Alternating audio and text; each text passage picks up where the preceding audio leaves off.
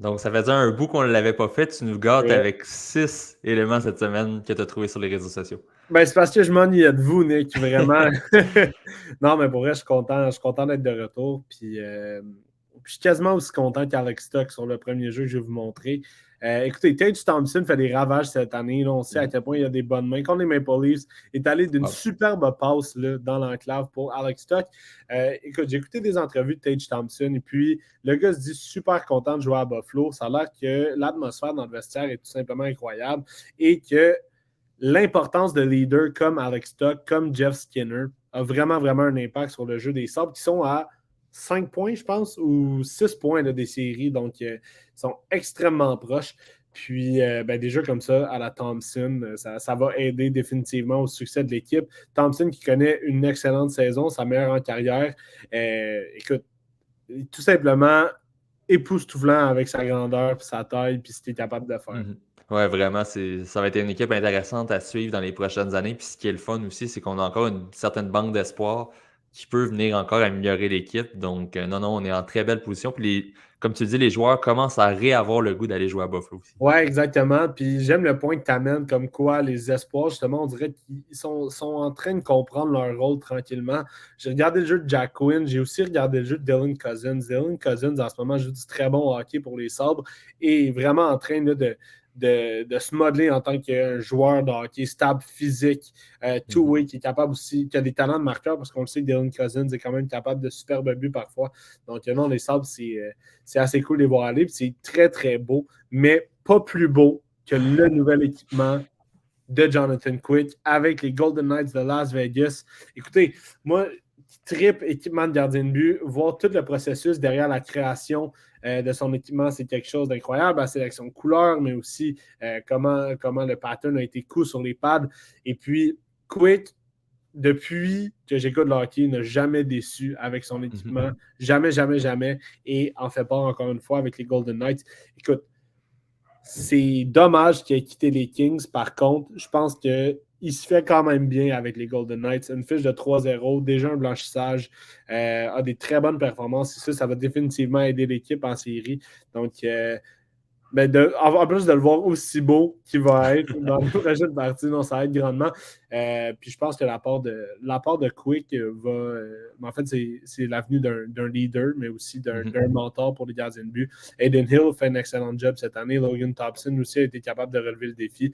Mais Quick est un vétéran quand même assez important dans l'alignement des Golden Knights.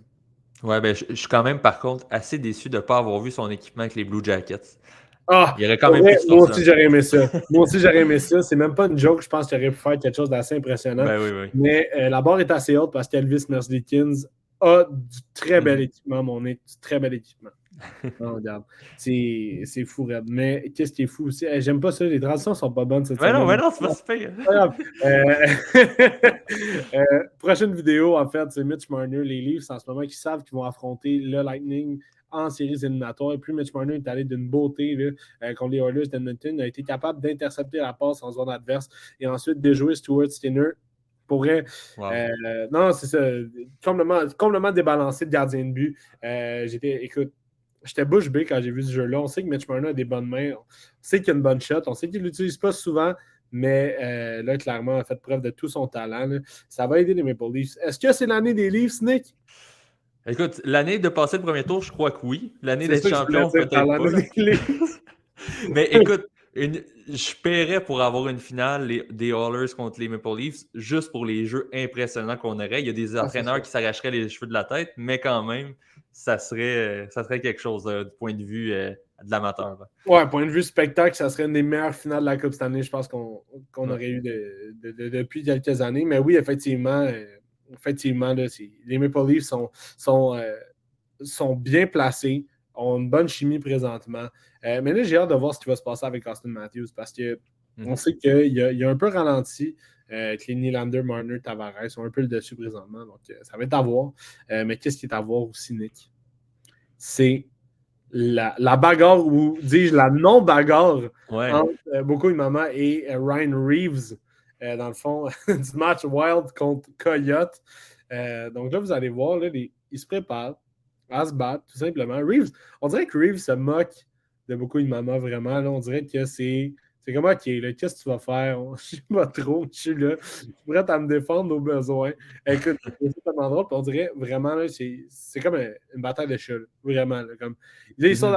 là, that's it, ça dure 2 secondes, ensuite, ils se font séparer pour vrai. C'est comme, OK, si on se bat, les gars, on se bat pour vrai.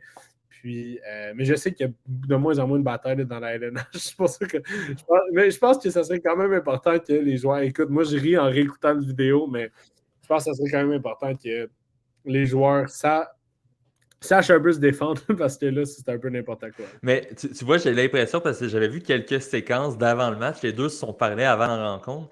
Puis Mhm. je me demande si c'est pas que Ryan Reeves avait, à l'inverse, beaucoup de respect pour Imama parce que c'est quand même un gros bonhomme. Donc les deux voulaient pas comme trop se lancer puis se risquer. Ben, Donc, écoute, peut-être, mais on sait à quel point ça peut être dur de percer. On sait beaucoup, Imama a fait beaucoup, beaucoup de chemin pour jouer dans la mhm. Ligue nationale. Et puis, écoute, euh, s'il n'a pas des bonnes mains, mais là, au moins, il y a des mains. On sait qu'il y a des mains rapides quand il se Ouais. bat. Donc c'est ça. Écoute, parlant de mains rapides, Nick, on va parler de la rapidité d'esprit de Trevor Zegras. Et là, vous l'avez tous vu, mais donnez-moi un break. Ça fait longtemps que je ne suis pas venu au podcast. Mais Zegras qui fait son fameux but, là, in between the legs, entre les jambes, contre le Kraken de Seattle. On sait que Zegras est rempli de talent. On sait qu'il peut faire des buts de la sorte. Mais toute cette séquence-là est assez intéressante des Ducks qui ont réussi à ressortir la rondelle assez rapidement. Et puis, leur jeu de passe était impeccable là-dessus. Et le but de Zegras, c'est vraiment la cerise sur le Sunday. Je pense même pas que Grubauer s'attendait à ça, pour vrai. Mais être capable de penser aussi rapidement, c'est assez impressionnant. C'est pour ça que Zegras est un peu au-dessus de la moyenne là, par rapport à ça.